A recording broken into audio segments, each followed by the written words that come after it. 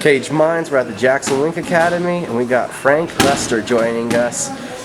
Retired MMA fighter now? Is that what we're calling it, sir? I don't even know. You don't even know. Bad motherfucker, that's what we call it.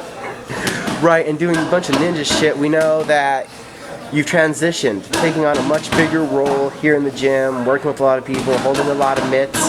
What has that been like for you, this transition from constantly training to compete to now training to make other individuals better? I mean, the transition was very easy and natural. It felt like,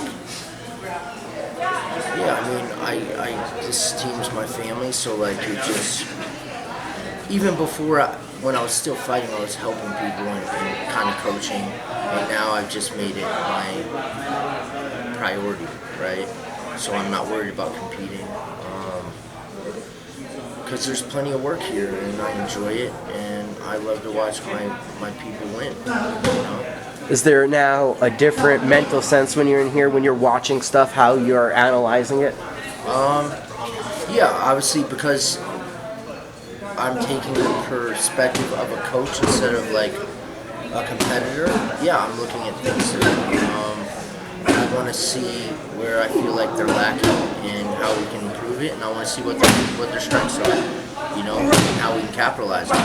Now, do you believe that you have your own philosophy that you're implementing with the way that you hold pads, or is it just a lot of different influences from the people that you've worked with in your past? Yeah, I mean, obviously, I take everything I've learned from the coaches I've worked with throughout my career, and I've turned it into my own style.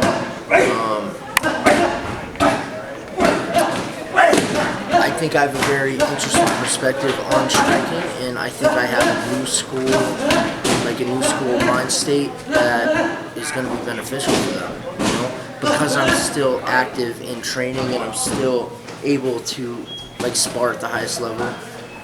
I can see things and put things together that maybe some of the older coaches can't. Are there some specific like techniques or differences that you feel from other traditional styles for what you're doing? 100%. I don't know if I want to reveal those things. Well, is there anything you can reveal of what you think kind of makes the tank style different? Not specific, but some generalness we could get? That's an interesting question, Mike. I try to keep you guys on my toes. Yeah, man. I definitely feel like I have something unique in my approach to the striking game, or the striking aspect of MMA. I like to just blend it all together. I like to blend together the clinch game. I like to blend fakes and feints into strikes. I like angles. You know, I've stolen a lot of like techniques from boxing that I've watched over the years and implemented into MMA striking, which I think can be extremely helpful and creative. Obviously, the distance is much different because people are moving a lot more in MMA than they do in boxing.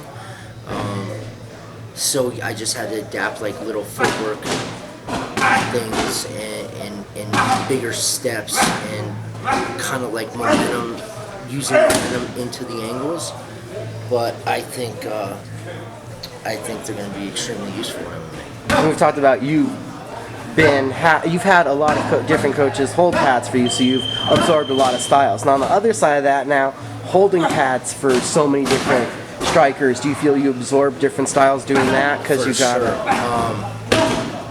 Yeah, man. So I would say I was blessed to work with some of the best coaches all over the world. You know, I was at T Plus for a few years. I was at Alliance for a few years. Like I've been here for years. I've had the ability to work with so many awesome coaches, and I've definitely stolen little things, you know, little techniques, and then kind of put little twists on them to turn them into my own from all those different coaches. Now, the different styles I've been holding for is wild because nobody's the same. And then especially here, it's such a melting pot of different cultures from around the world. Yeah, dude, I mean, so like the Russians, right? Yeah. The Russians are like unique in their own way. Their style is like very high-paced, very fast. Their hands are tight. They like looping punches, but they keep it tight. You know, and then they have all the crazy spinning techniques. And then you have like your traditional Thai fighters. that we get quite a few of out here, and then we get to add like a lot of rolling stuff and angles, to kind of put little spin on them. And then we have boxers and the American wrestlers, Coop, one of the young American Iowa wrestlers I work with, like working with him and like blending his style, it's a lot, man. But it's fun. And then we've seen you also take on a big role with an amateur group here too. So what's the work like for you working with the green guys? Hard. I find it much easier to work with the pro guys than the amateurs, because the pros are already like they have their foundation, they have their base, and so now we just get creative. Man, it's hard with the amateurs because it's very tedious. You gotta stay on them about the little stuff, like keeping your hands up when you jab, which for me is much harder. It's like a nagging mother. I feel like a nagging mother, like yelling at a child. Yeah, you have to do that to push it in their head. And over again, But what's cool about the amateurs is when you do teach them something and they start using it, and for a fact, I taught them that. You know what I mean? Yeah, so there is that you're helping mold that play. And yeah, man. And I actually have a lot of good amateurs, but they're hard to teach. But at the same time, like some of the pros are so stuck in their ways, you can't teach them anything anyway. That doesn't happen often, but there are those. What did it take in your career to, in that old martial art metaphor, not let your cup overfill and still be able to accept in new knowledge? You just gotta start every day anew. You can't ever think you know everything. I guess some of the best advice I got was from Bill Henderson, and this was in 2009 when we were wrapping up the Ultimate Fighter. He said, because he wanted me to move up to Team Plus with him from my original gym in San Diego, and he said, Frank, it's better to be at the bottom of the worst totem pole than at the top of the worst. Oh, at the bottom of the best. Bottom of the best totem pole than at the top of the worst.